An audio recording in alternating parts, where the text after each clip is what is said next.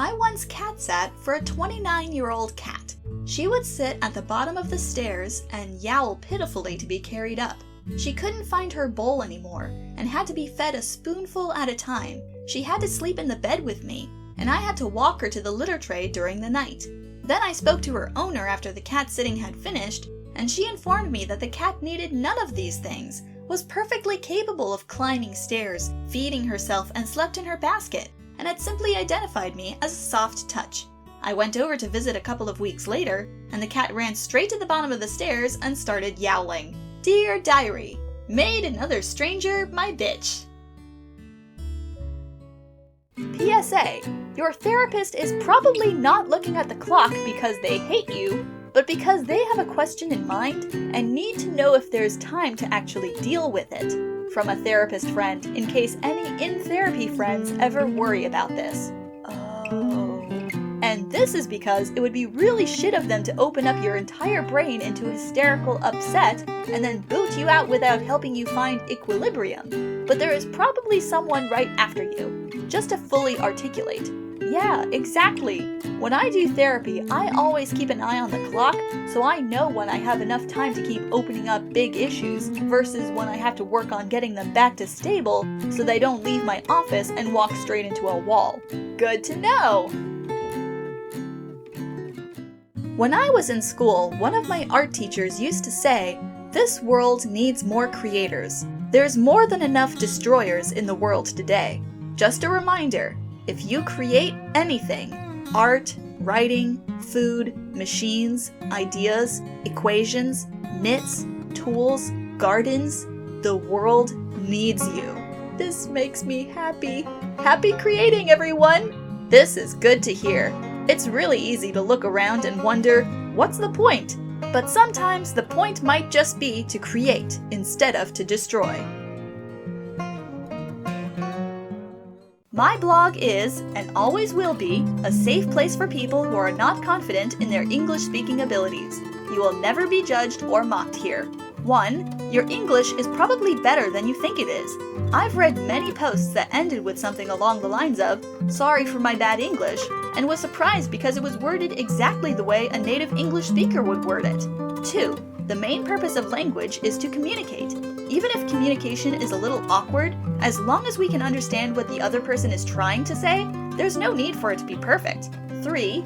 You speak English better than I can speak your language. 4. You speak English better than I can speak English.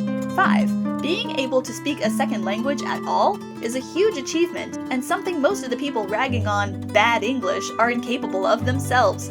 You're doing great. 6. Bad English suggests there's such a thing as good English. And have you seen this language? We just live like this. I am always disarmed realizing that I have an impact in somebody else's life. You laughed because of me? Smiled because of me? Was happy because of me? I exist and I have a bearing on how you feel, and I've evoked positive emotions in you? Truly wild to me. This is sweet, but also mildly alarming that this isn't built into our everyday. It's a surprise when it happens, not something we're enjoying but accustomed to. You should know how much of an impact you have on people. You should be made aware your actions and your unique traits matter and have impact. People are supposed to be connected and have an effect on each other. Constantly. You exist. You matter. This is an everyday celebration. Remember it every day. My dad was dealing with some mixed feelings, so I told him, in therapy, when something is too complicated to do a simple pro and contra list, we sometimes do an exercise where you imagine all these mixed feelings around a table in some kind of conference, letting each tell their bit and you leading the debate. And my dad didn't really respond and just stared ahead, so I kept preparing lunch. Until a few minutes later when he suddenly piped up, "I'm having a bad time at the conference." OP's dad. Constant mood. Brain blogging. Anyway, sorry to meme on your post, but this photo was the first thing to come to mind. Is that Alex Hirsch? Oh my god. Dear young adults, it's actually 100% normal to not feel ready for the world ahead of you. You spent the first 5 years of life just trying to figure out how to use the meat suit you were forced into. You spent another several years just learning to read, write, and do basic maths. High school is not an accurate simulation of how the real world works at all. You've been cheated out of actual life so far, so it's okay. It's going to take a few years to fully download the real user manual for adulting, and most of it is handwritten notes in the margins of life. Don't rush. None of us know either. And most of it is handwritten notes in the margins of life. This is a beautiful sentence, and I love it.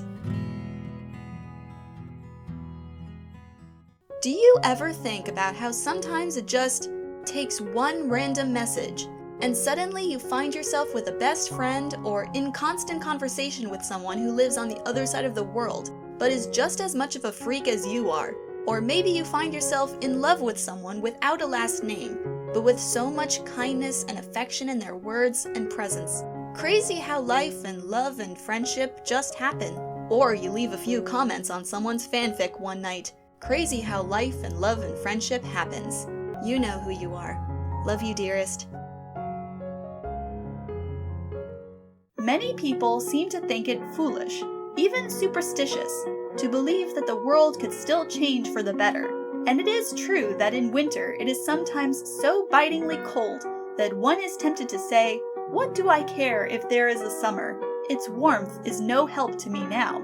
Yes, evil often seems to surpass good, but then, in spite of us, and without our permission, there comes at last an end to the bitter frosts. One morning the wind turns, and there is a thaw, and so I must still have hope. Vincent van Gogh. Vincent van Gogh? This actually made me tear up.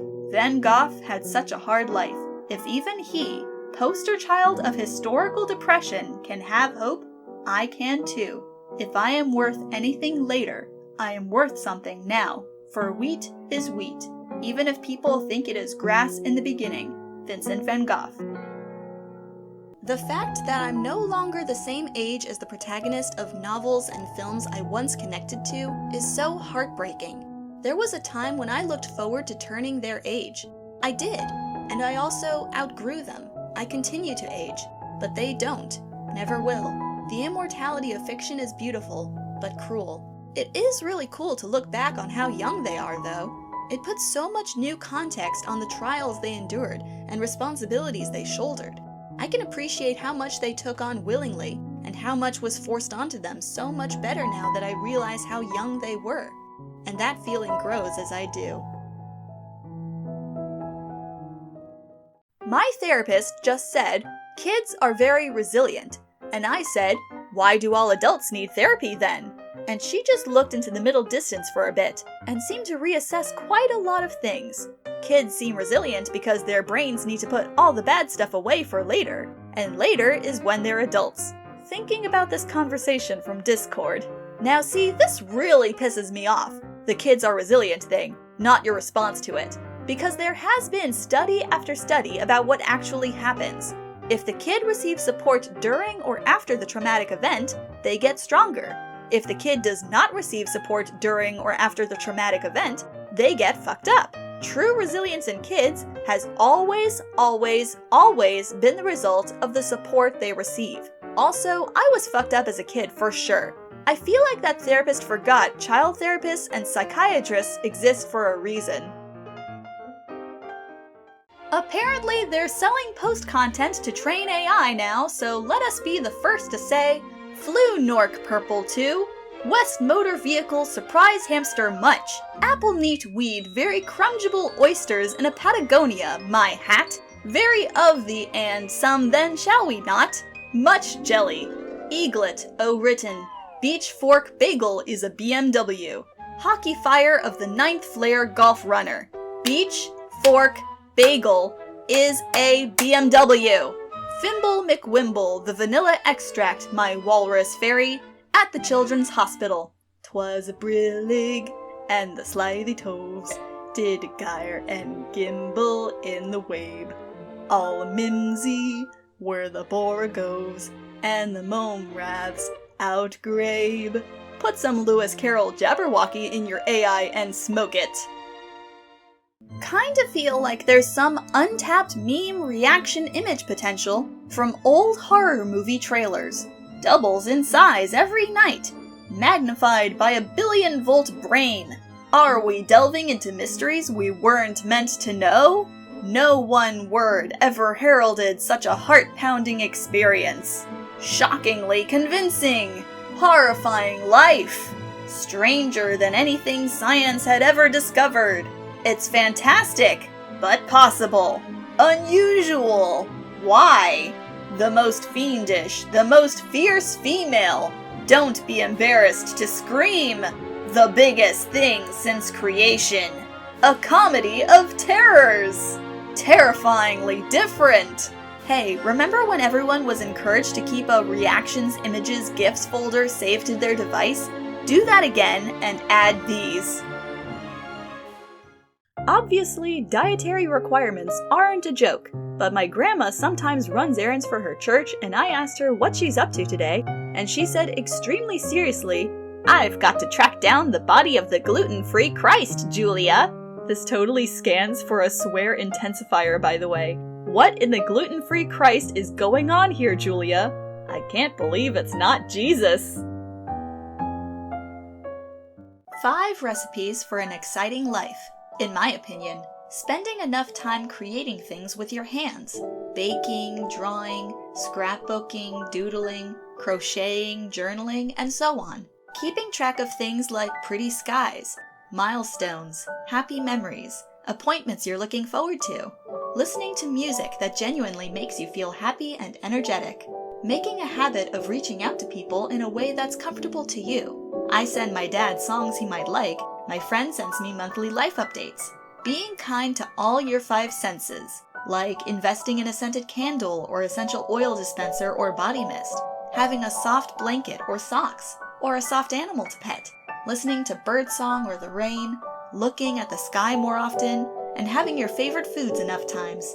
Bonus 6, making animal friends and dancing. How do I stop being scared of?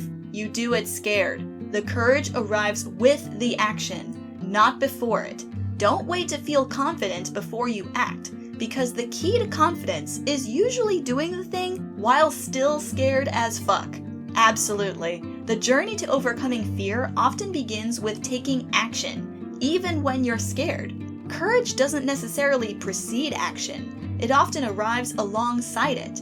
Waiting to feel completely confident before you act can become a barrier to progress.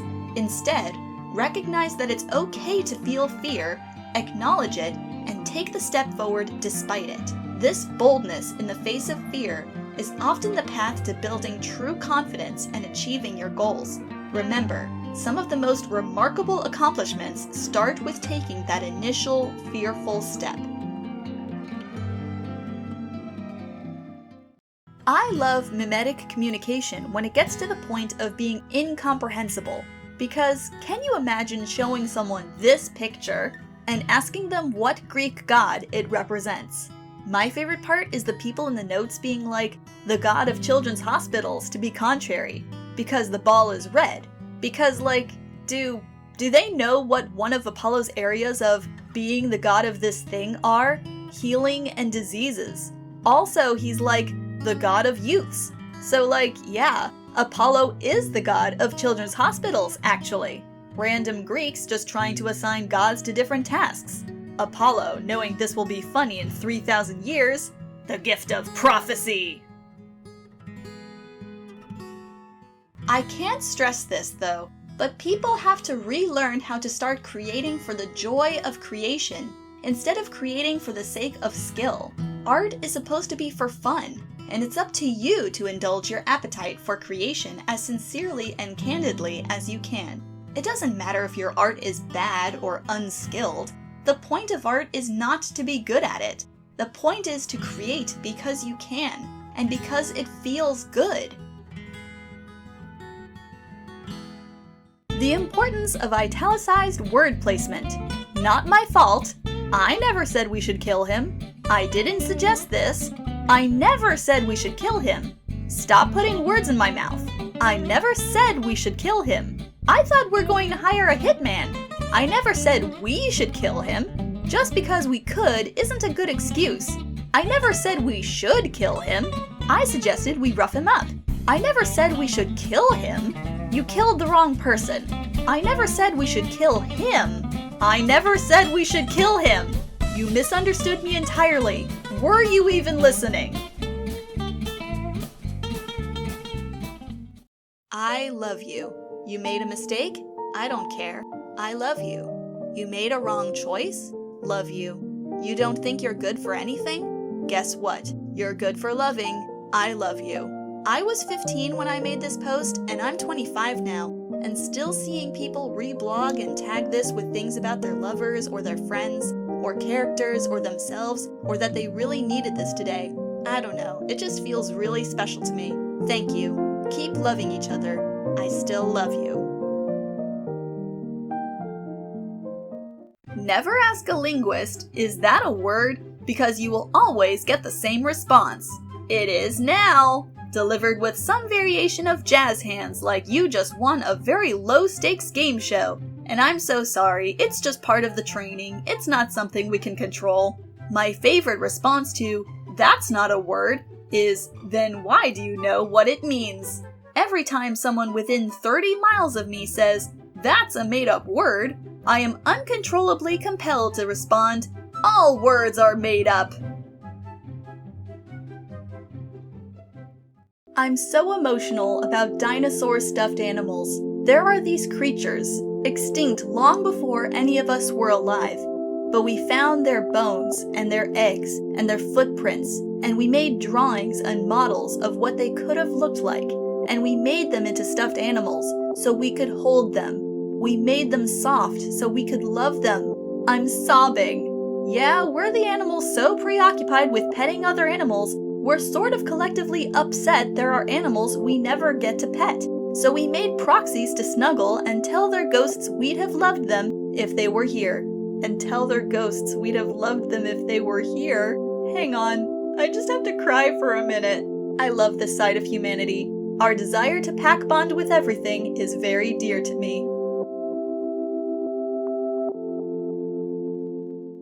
Advice I think we should tell children is that when adults say stuff like, now that I'm an adult, I get really excited about stuff like coffee tables and bathrooms and rugs, etc. They don't mean, and now I don't care about Blorbo and Squimbus from my childhood TV shows anymore.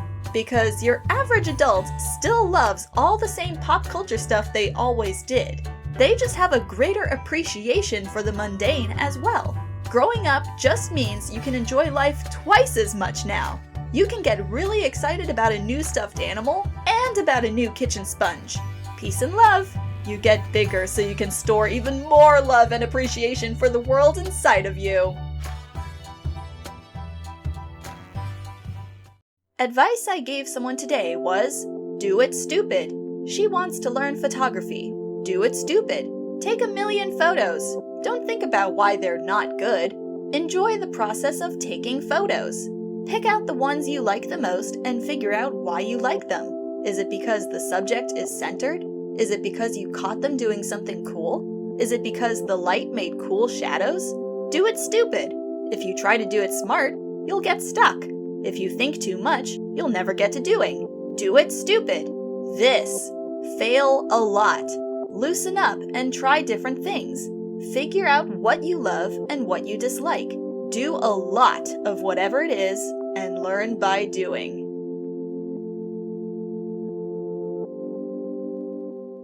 More stuff about becoming a god being inherently dehumanizing, please.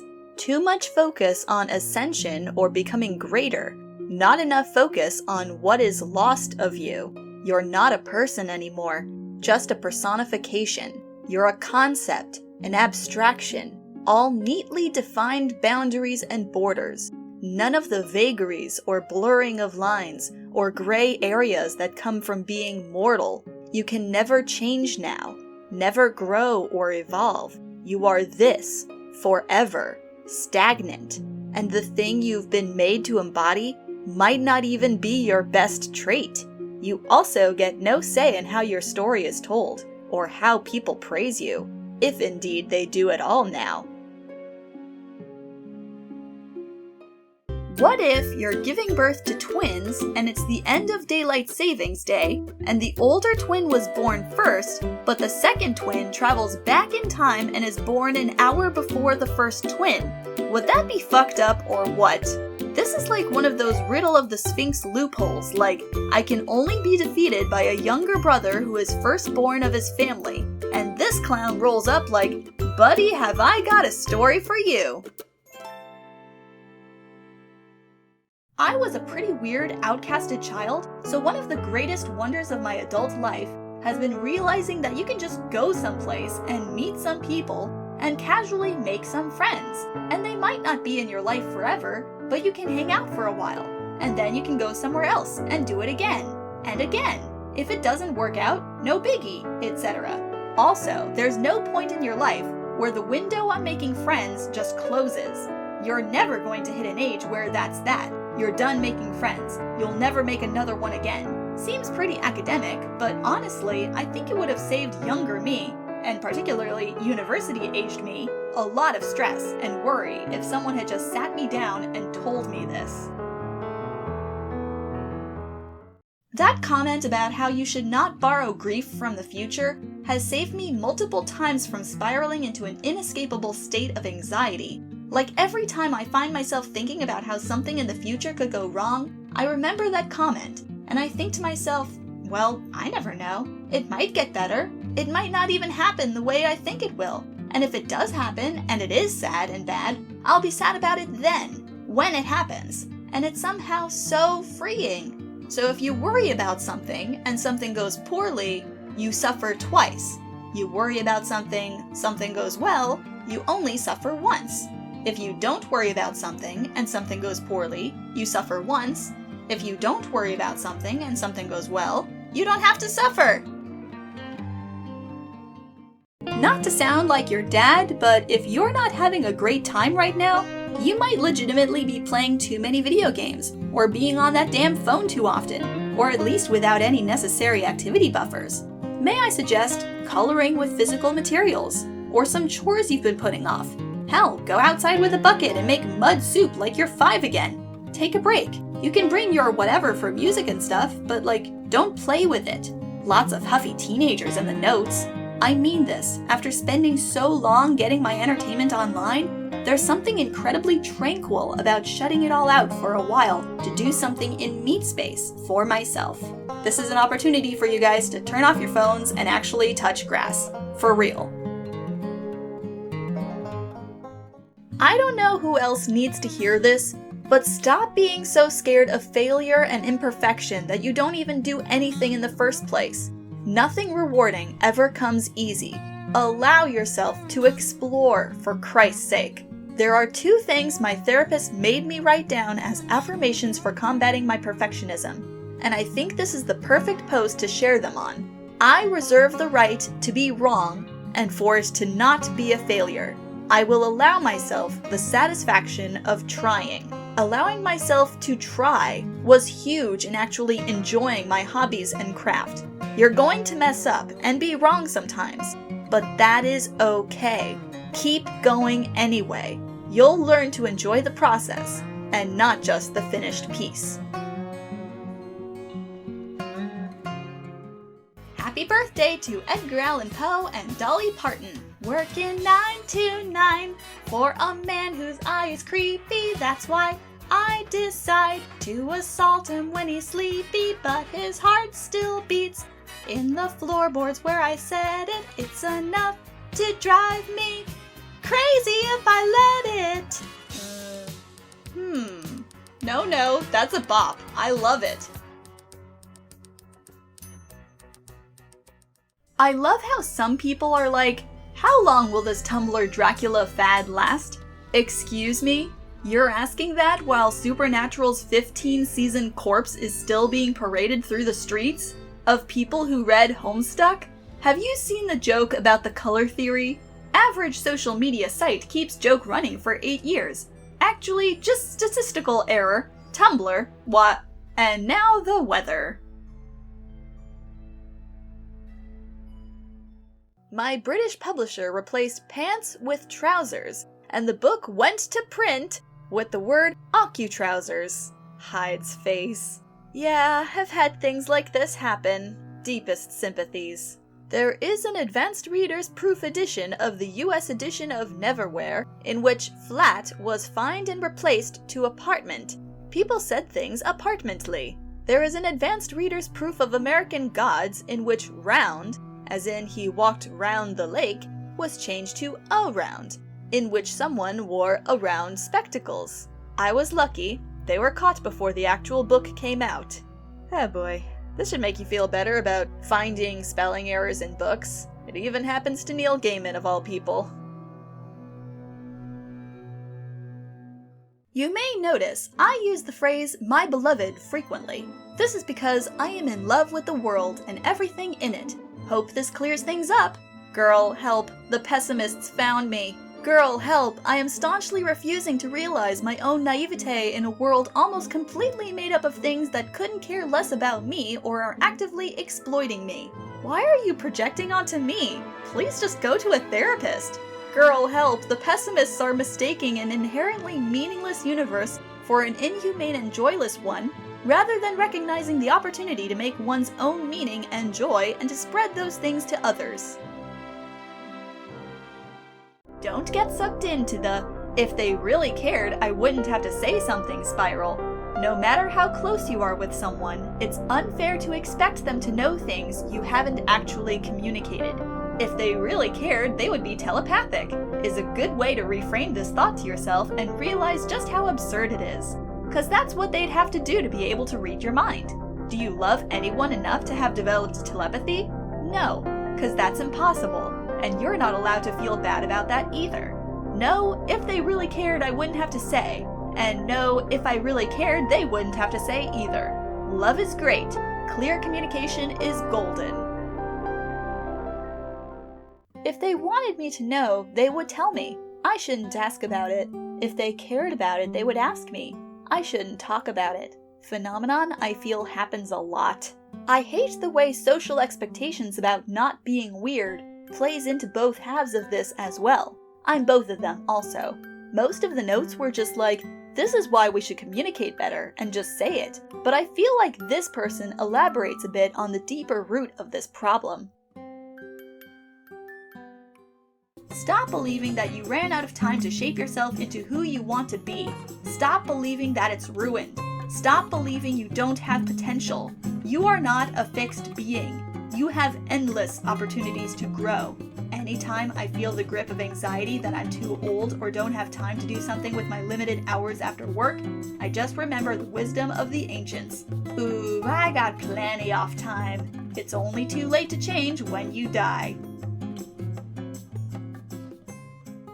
New rule. If you don't understand this, you're not allowed to write Superman. In a game with no consequences, why are you still playing the good side? Because being mean makes me feel bad. Because my no consequences power fantasy is being able to help everyone. I've never smashed the reblog button faster. If your Batman can't comfort a child, then he's not Batman. If your Clark isn't driven by an altruistic need to do good and has the will to do harm, he's probably not Clark Kent.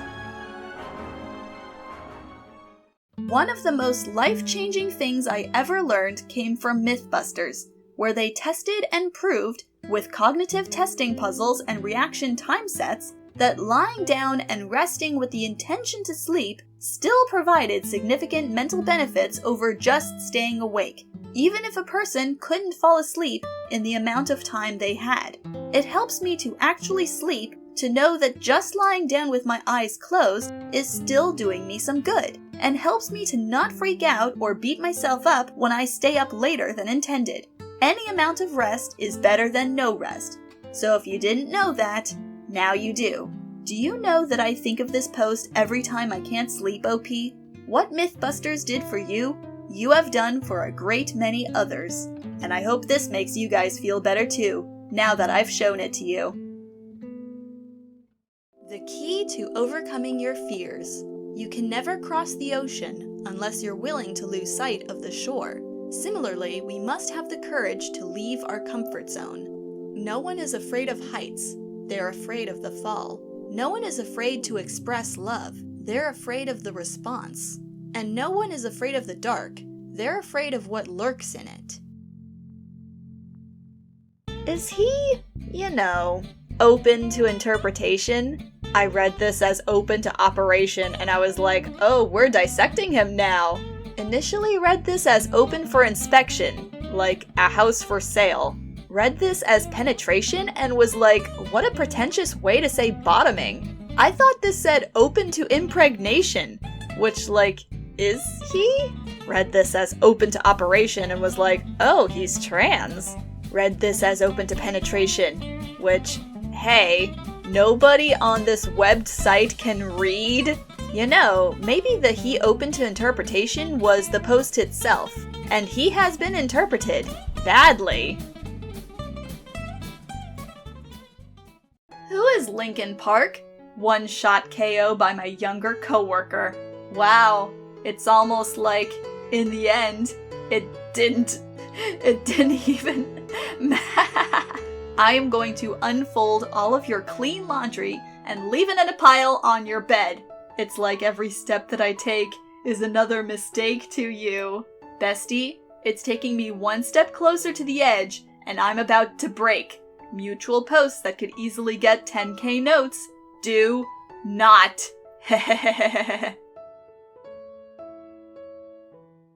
When you hear a new song on the radio and you're desperately trying to pick a notable phrase so you can Google it later, gather round, kids. Let me tell you a story from ye olden days, because I am Tumblr elderly. I used to DJ for a radio station. I played records and CDs, and we had station IDs from bands on 8-track carts. People would call me asking what songs were, but they had to mumble, sing, or play the song on an instrument. I had someone call me to ask what Smells Like Teen Spirit was when it was a single. They played it on an accordion. I forgot about it until a moment ago when I saw this post. They played it on an accordion? What does that even sound like? It's crazy how low self-worth fucks with people's lives. What will I be if I don't graduate? Don't get a promotion? Don't get my shit together? Don't make this relationship work?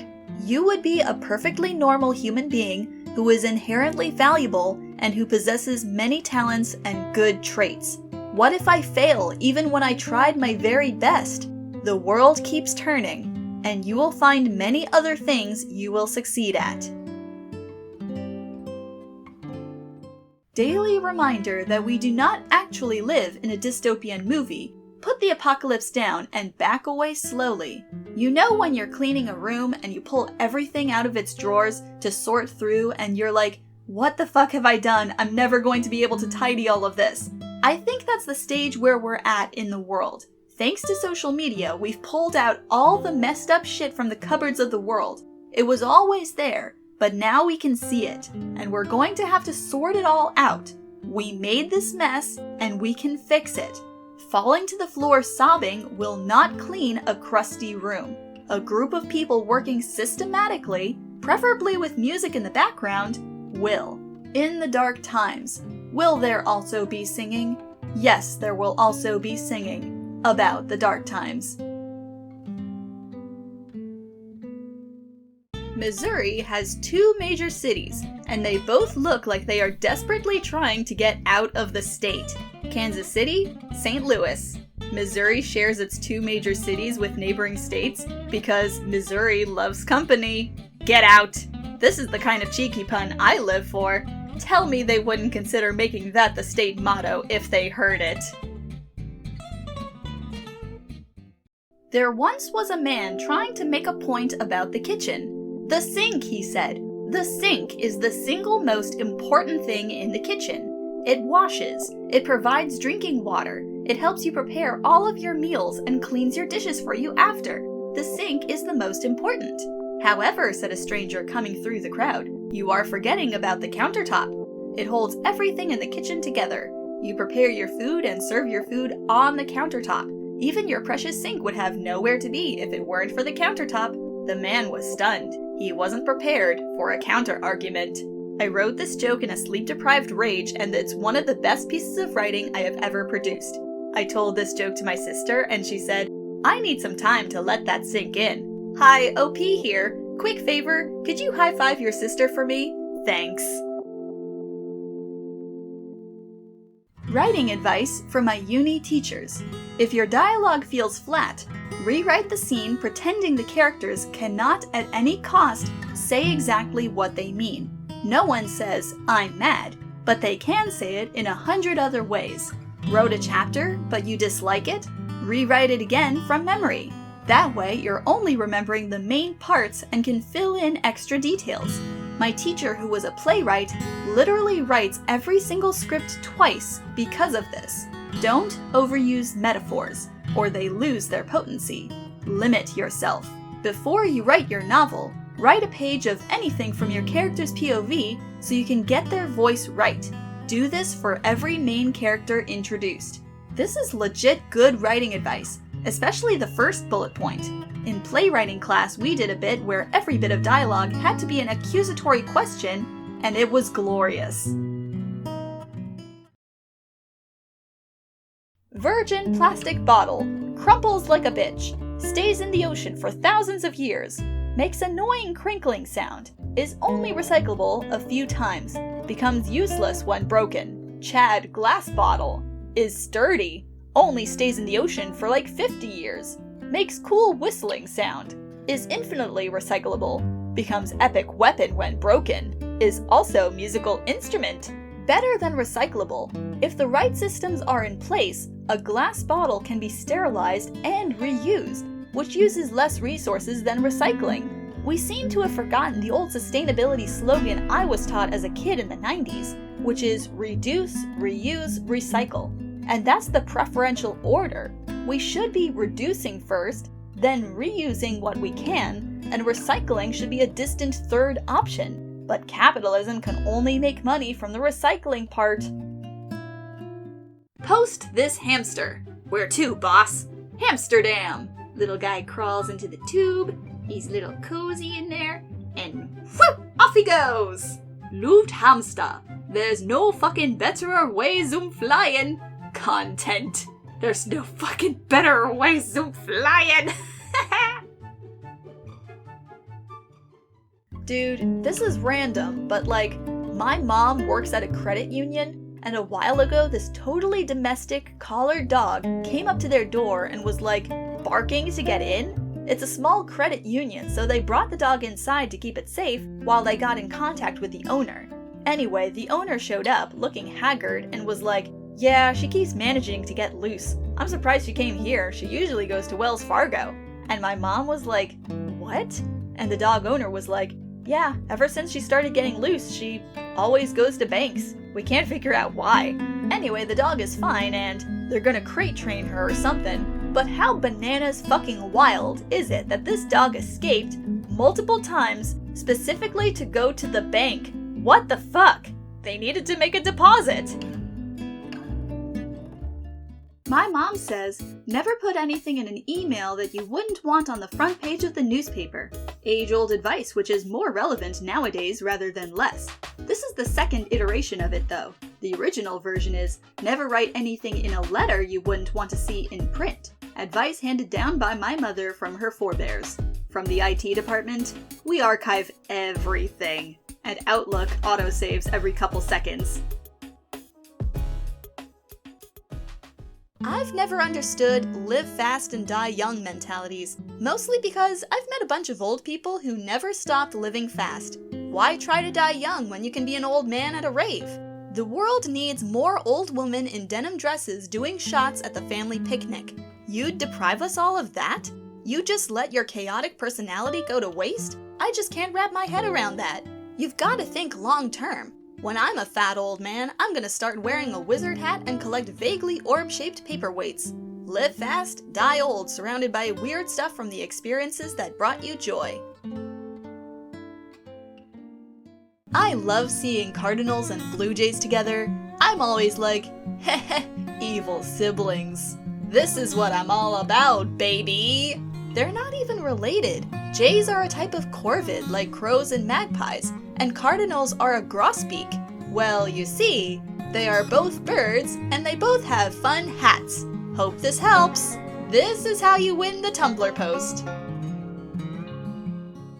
If I wrote a dystopian novel where the corrupt, evil mega-corporation that controls society has a fucking smirk for a logo, my editor would tell me to use a less heavy-handed metaphor. And yet, I love this because if I were to write a literary novel in the Western canon that described the image of an apple with a chunk bitten off, any high school English student would tell you it is a Bible reference meant to represent the source of all evil and downfall of humanity. And yet, alright, if y'all are so smart, what's the evil symbolism behind this? It's loss. No, it's about a voyeur who is always watching you through the windows. My advice to kids on the internet is don't get too attached to your username, and absolutely do not blend your offline life with your online presence. You do not want your future self to have any connection to the stuff you are saying and doing right now. You don't have the privilege of every embarrassing thing you said being lost to a defunct BB Code forum like my generation did. Please, please leave yourself the opportunity for a clean slate. You'll thank yourself later. By the way, this post is just as much about online safety and protecting yourself from stalkers and employers as it is being able to distance yourself from kin drama and ship wars when you realize the absurdity of it all. Okay, new cleaning strategy. Bad at self-discipline, good at acts of love through service. So I'm gonna clean my house, pretending it is the house of someone I love who's been too depressed to clean. She's gonna be so surprised. I cleared the whole counter, then hasn't had space to set a plate down in weeks at least, so it would be easier for her to cook instead of just eating snacks. I put away everything on the sofa that wasn't a blanket or stuffed animal, so she could stretch out if she wanted. I swept, and everything looks less lighter and less grungy. There were a bunch of sewing pins spilled to one side of the coffee table that I still hadn't picked up because whatever, I'll get to it. Nobody ever walks on that side of the table anyway. But I picked them up because I was worried about her feet. I should be a good friend to myself more often. Students, don't be afraid of asking questions. Why didn't you pay attention? Paying attention. Explaining it badly. This is an extremely good joke format. I wish I knew how to play chess. This meme being funny, not understanding chess. I needed this. I understand chess, and oh my god, can this be a meme format? Cause there are so many possible combinations here. Non-chess players. What are you two fucking talking about? Me. If I become the evil overlord, I will never harm my minions. 5 years later, highly throwable imp. Hoo hoo hee. Me. The imp wants to be thrown. Throw the imp. Consider, it's enrichment for them. You ever thrown a little kid repeatedly into a couch or a bed or trampoline and become cooler than God to them? No, it's fine. They like being thrown. It's perfectly reasonable to toss around some of your minions, but after a certain percentage of your own minions destroyed, it's just fiscally irresponsible. Just checking in with the Chuckable Imp Union, how's negotiations going? It's really up in the air right now. The subject just keeps getting tossed back and forth. You guys should really try talking to older people sometimes. Like anyone over the age of 40. It would cure you, I swear. Family doesn't count. Go to a local Lutheran church's coffee hour and chat with the old ladies. There's a shit ton of reasons for this, by the way. One, because a lot of young queer people have drawn an us versus them line in their heads where it's the queer community versus anyone born before 2000, which is inherently harmful to older queer people. Two, because a lot of the time, if you have anxiety for the future, talking to someone who went through it already helps. I felt like shit for not going to college until a 60-year-old man with a doctorate told me it was the biggest waste of time on earth. 3, because I refuse to believe most of you have ever spoken to anyone not completely poisoned by TikTok or Twitter. touch grass, and talk to someone who remembers payphones. You guys know that you are allowed to like characters who suck in canon, right? You guys know that you don't have to ignore the worst parts of a character to like them, right? You guys know that liking a shitty character as they are doesn't mean that you condone their behavior, right? Right? You guys know that you can just enjoy fiction, right? I'd like to add, you are allowed to like badly written characters as well. You can enjoy any fiction you want. I truly hate the word unalive. There are so many other euphemisms that fictional Italian mobsters worked so hard to provide you with, and you just ignore them. Sleepin' with the fishes, cashed in their chips, 6 feet under, kicked the bucket, pushing up daisies, taken a dirt nap, beefed it mega hard, kicked the oxygen habit, pining for the fjords, croaked, wasted, bit the dust, got myrtleized, yeed his last haw, closing her eyes for an extended period of time, went to live at the big farm, presently hunting down Reagan. She's rigging her mortise, turning into plants, rolling in the deep. He earned a living, but now he's living in an urn. She's denaturing, off to join the skeleton war. Beautiful compilation from Orc Sign Language. I really like how many of the world's most iconic structures and places are just right next to some of the most mundane stuff imaginable. For example, Stonehenge is right next to a busy road.